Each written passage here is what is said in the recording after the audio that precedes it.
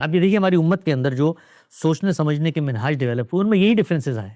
مثلا آپ دیکھیے جو سلفی منہاج ہے وہ یہ کہتا ہے کہ جو کچھ دین کا کانٹینٹ ہمارے سامنے موجود ہے اس کو سامنے رکھ کر، قرآن موجود ہے، سنت متواترہ موجود ہے، ہمارے سامنے اگر آثار و روایات میں کوئی بات ایسی آتی ہے جو اس انڈرسٹینڈنگ سے جو بظاہر قرآن مجید سے ہم سمجھ رہے ہیں مختلف ہے، تو ہم قرآن کی تعویل کریں گے، ہم سنت کی تعویل کریں گے، اور ہم آثار و روایات کو اصل حیثیت دیں گے. اس کا پھر وہ ایک علمی استدلال پیش کرتے ہیں کہ اللہ تعالیٰ نے پیغمبر بھیجا ہے تو کہا ہے اس کی اطاعت کرو.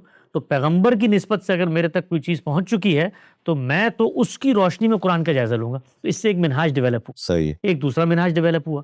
انہوں نے کہا جو کچھ دین کا کنٹینٹ آپ کو بتا رہا ہے اس کی کوئی بھی انڈرسٹینڈنگ آپ ہمارے پاس لے کے آتے ہیں تو ہم پہلے یہ دیکھیں گے کہ ہمارے طبقے کے جو علماء ہیں ان کا کنسنسس کیا کہتا ہے.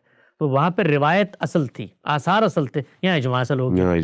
ایک اور تیسرا طبقہ سامنے آیا، وہ صوفیاء کا طبقہ ہے. وہ یہ کہتا ہے کہ آپ جو بھی تعبیر پیش کر رہے ہو میں نے ایک مقصد دین کا طے کیا ہے. وہ کیا ہے؟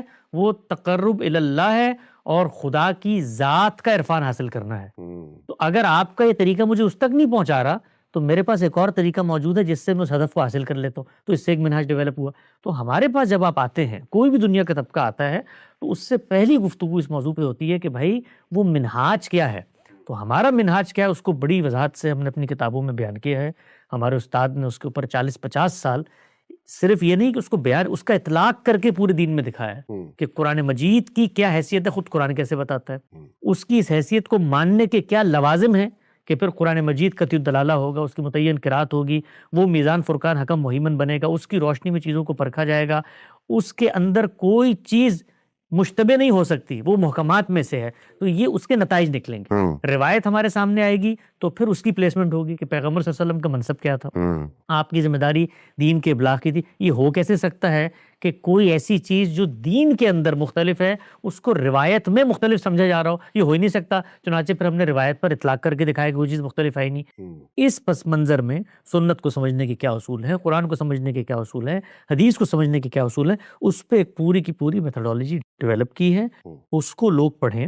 نیا فکر، نیا منہاج آسان نہیں ہوتا. ابتدا میں لوگ نتائج سے متوحش ہو کر، ادنیٰ مماثلتیں تلاش کر کے، اور کچھ جو آپ کے طبقے کی انسیکیورٹی ہوتی ہے اس کو سامنے رکھ کے تنقیدات میں اتر جاتے ہیں. میرے خیال سے مسلمانوں میں یہ رویہ، تاریخ کا مطالعہ کر لیں، کبھی بھی کسی فکر کے ابطال اس کے خاتمے کا ذریعہ بن ہی نہیں سکتا. یہ شیوع کا ذریعہ بنتا ہے. آپ نے شروع میں پوچھا تھا نا کہ یہ پش بیک کیوں آ رہا ہے، جو کچھ ایکسیپٹنس آ رہی ہے اس میں ایک بہت بڑا عمل دخل علماء کے اس رویے کا ہے. یعنی اگر وہ ہمیں ہماری پیس پہ چھوڑ دیں تو عین ممکن ہے کہ 100 سال تک 2-4 لوگ ہی بات سنیں.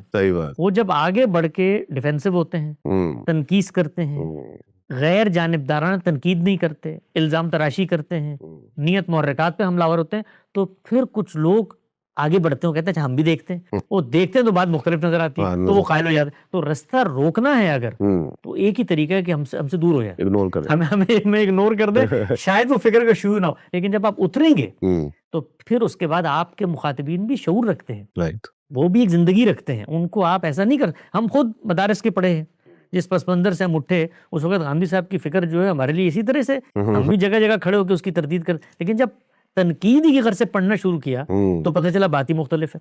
تو اس کا طریقہ یہی ہوتا ہے کہ دنیا میں کوئی بھی صاحب فکر ہے، آگے بڑھ کے اپنی فکر پیش کرنا چاہتا ہے، ضرور پیش کرے. لوگوں کو سب سے پہلے اپنے اصولوں پہ قائل کرے. یعنی میں ان کو یہ دعوت دیتا ہوں، کوئی بھی صاحب علم ہو، پہلے آپ میتھڈالوجی پہ دنیا کو قائل کریں.